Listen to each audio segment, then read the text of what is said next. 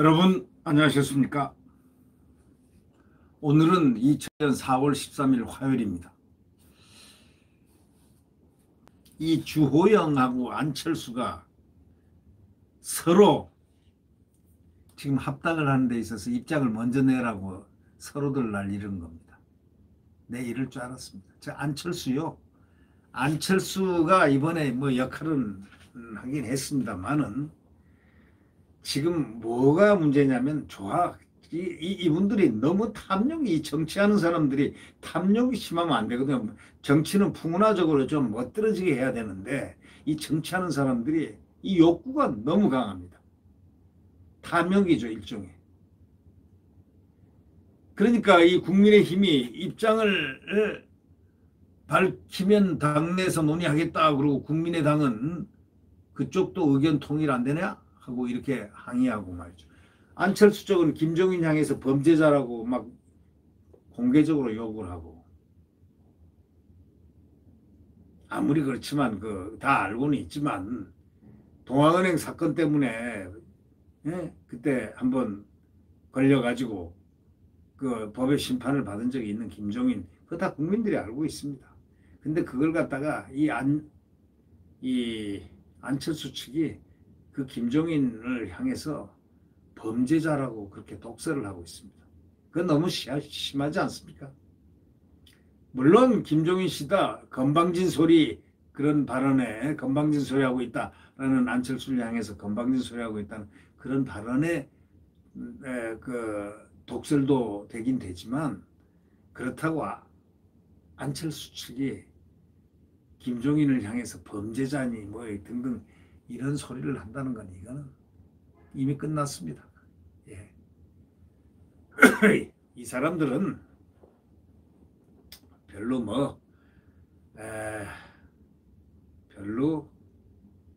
대단한 결과를 내지 않을 것 같습니다. 4.7 재보궐 승리 이후에 합당을 논의하고 있는 이 국민의힘과 국민의당 모습이 이 꼴입니다. 서로 입장을 정하라는 거, 공을 서로 떠넘깁니다. 갈등만 생기죠.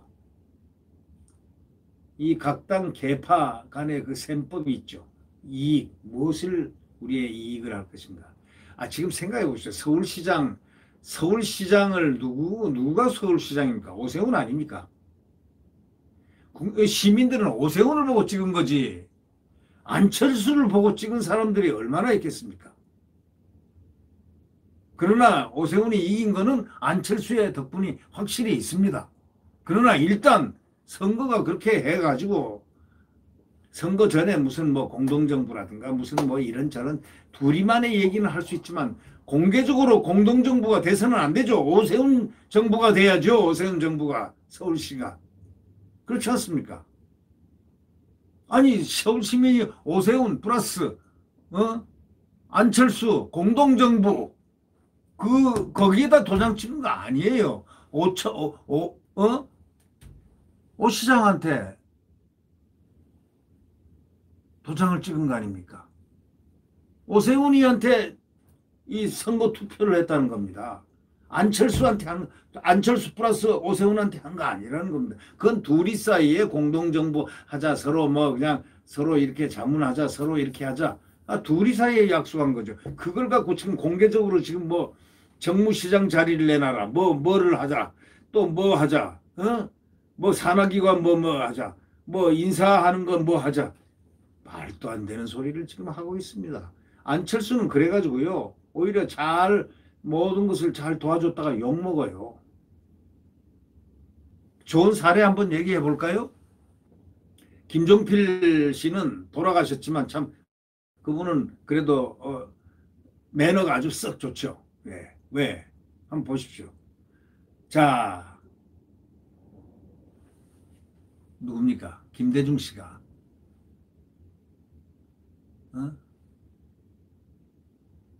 누구를 찾았습니까? 김종필 씨를 찾아서 내각제 개헌을 꼭 하자라는 신념을 가진 사람이 김종필 씨였습니다. 내각제 개헌 이것까지 다 해주고 내각제 개헌 하기로 딱 했습니다. 공동정부 하기로 했습니다. 네, 그래서 자기가 총리로 들어갔습니다. 2년 가까이 있다가 그냥 그만뒀는데, 왜냐? 하기를 했습니다. 그거는 될 수가 없는 거죠. 그거는 약속을 했지만 약속을 지키고 안 지키고는 김대중과 김종필의 간 사이의 약속입니다. 둘이가 지키고 안 지키고 뭐 그의 문제지. 또 둘이가 어디까지 하느냐 마느냐도 그렇고, 더더욱이 국민들은 그 당시에 김종필을 보고 투표를 한 게 아니고 김대중을 보고 투표를 했습니다. 바로 그 점입니다. 그래 나중에 보니까 김대중이가 약속을 안 지키거든요. 약속을 안 지키니까 김종필 씨가 튀쳐나왔죠. 총리 그만해, 안 하겠어 하고 나왔죠. 그런 사례가 있지 않습니까? 자, 여기서 우리가 하나 알아야 될 거. 권력은 둘이서 나눌 수 없다는 거. 어떻게 둘이가 나눠집니까? 아니, 부자 간에도 권력을 나누지 못하고 부자 간에도 그런 문제가 생기는 판인데, 혈육 간에도 권력은 둘이 못 나눈다는 판인데, 어떻게 해서 안철수가 무슨 뭐 부자간입니까? 뭐 무슨 그렇게 무슨 깊은 관계가 있습니까? 오세훈하고 같이 경선을 했던 사람 아닙니까? 경선. 근데 그 사람이 정권을 같이 나누자?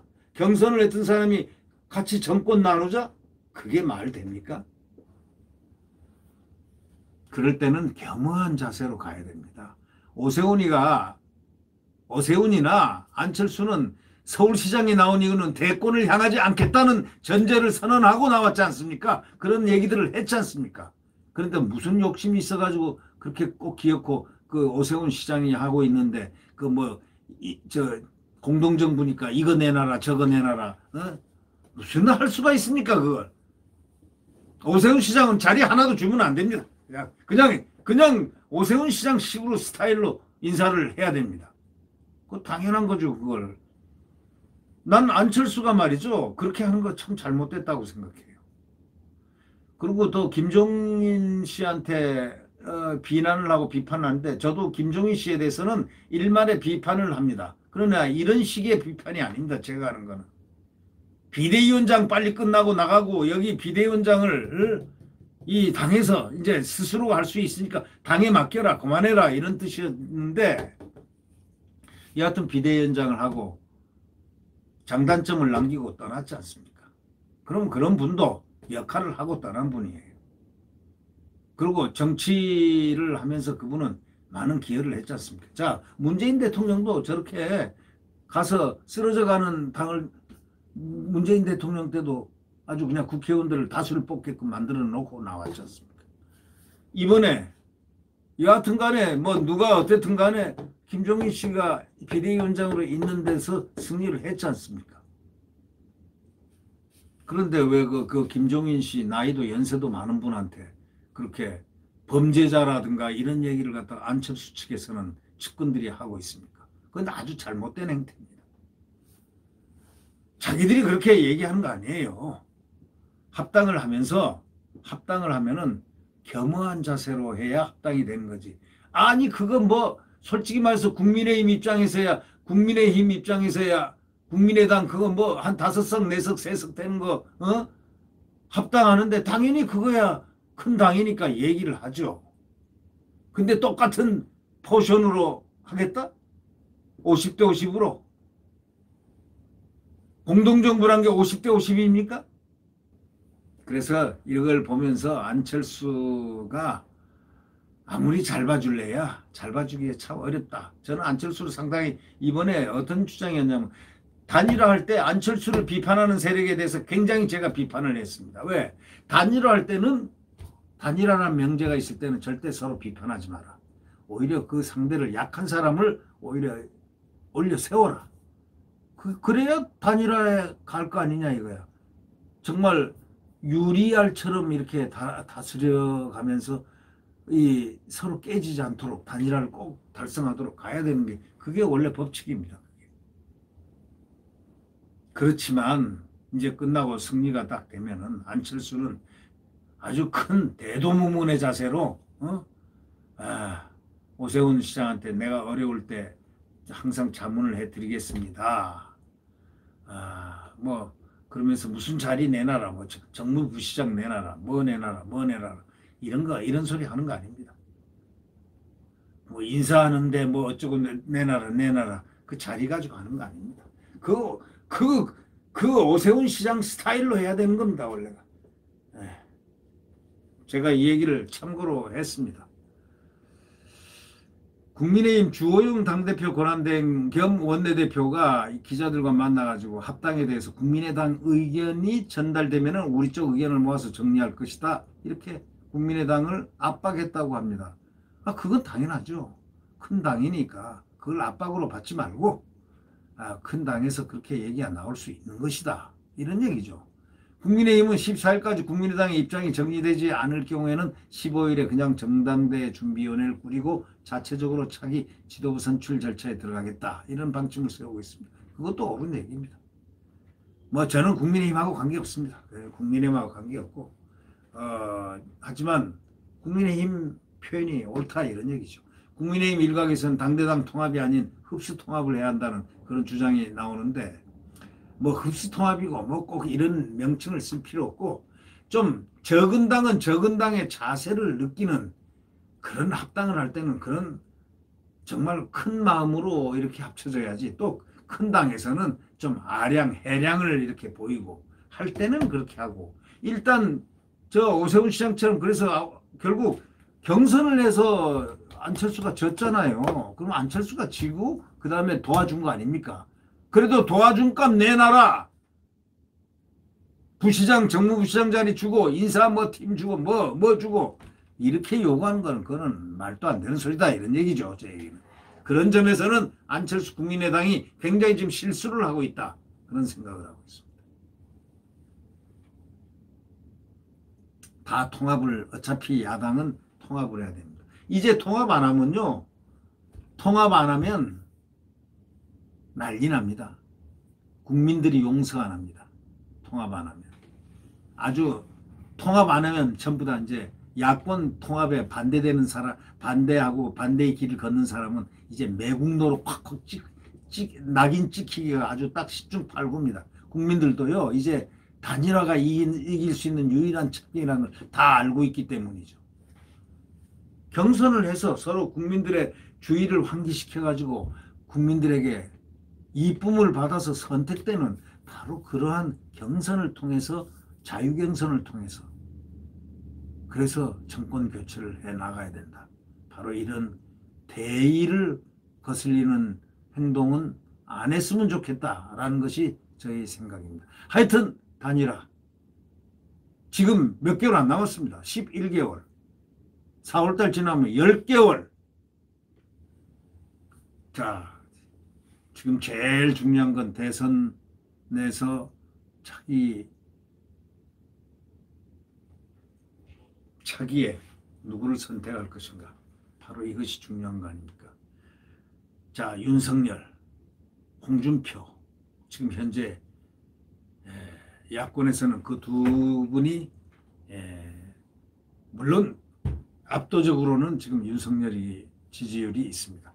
그 다음에 지지율이 홍준표입니다. 그 다음에 보면 이제 뭐 원희룡이라든가 또 이런 분들이 또 두각을 나타낼 수가 있겠습니다. 또 이렇게 돼서 이제 자유경선을 통해서 이렇게 하다 보면은 대한민국 새로운 정말 자유민주주의자를 배출해내고 야권 단일화로서 승리하는 오세훈 시장과 같은 그런 선거 결과가 꼭 나와야 됩니다. 안 그러면은 대한민국 미래는 없고 대한민국의 얼굴이 사라집니다. 그 비극이 없어야 되겠습니다. 네. 오늘은 화두가 단일화가 되겠는데, 대권, 소위 곧 대선이 있는데 대선에 반드시 단일화를 해서 반드시 정권 교체를 해야 될 거 아닌가라는 그런 얘기가 오늘의 그 화두가 될 것 같습니다. 자, 지금은 암흑시대입니다. 암흑시대. 마지막 터미널에 와 있습니다. 그나마 서울시장이 되고 부산시장이 되니까 기분이 조금 좋아졌다는 것 뿐이고, 더더욱이 긴장을 해가지고 이 호신탐탐 무너뜨리려는 그렇게 이 자유민주주의 세력을, 시장경제 세력을, 또 자유 대한민국의 헌법을 훼손하려는 그러한 세력에 대해서 단호하게 단일화로서 극복을 해나가려는 의지가 있어야 될 것 같습니다. 지금 여전히 광풍이 불고 있습니다. 이 광풍을 어떻게 이길 것이냐. 그러나 내일 새벽 태양은 다시 떠오릅니다. 대한민국, 자유민주주의의 대한민국, 영원한 대한민국이 다시 태어날 것으로 확신됩니다. 네, 안녕히 계십시오.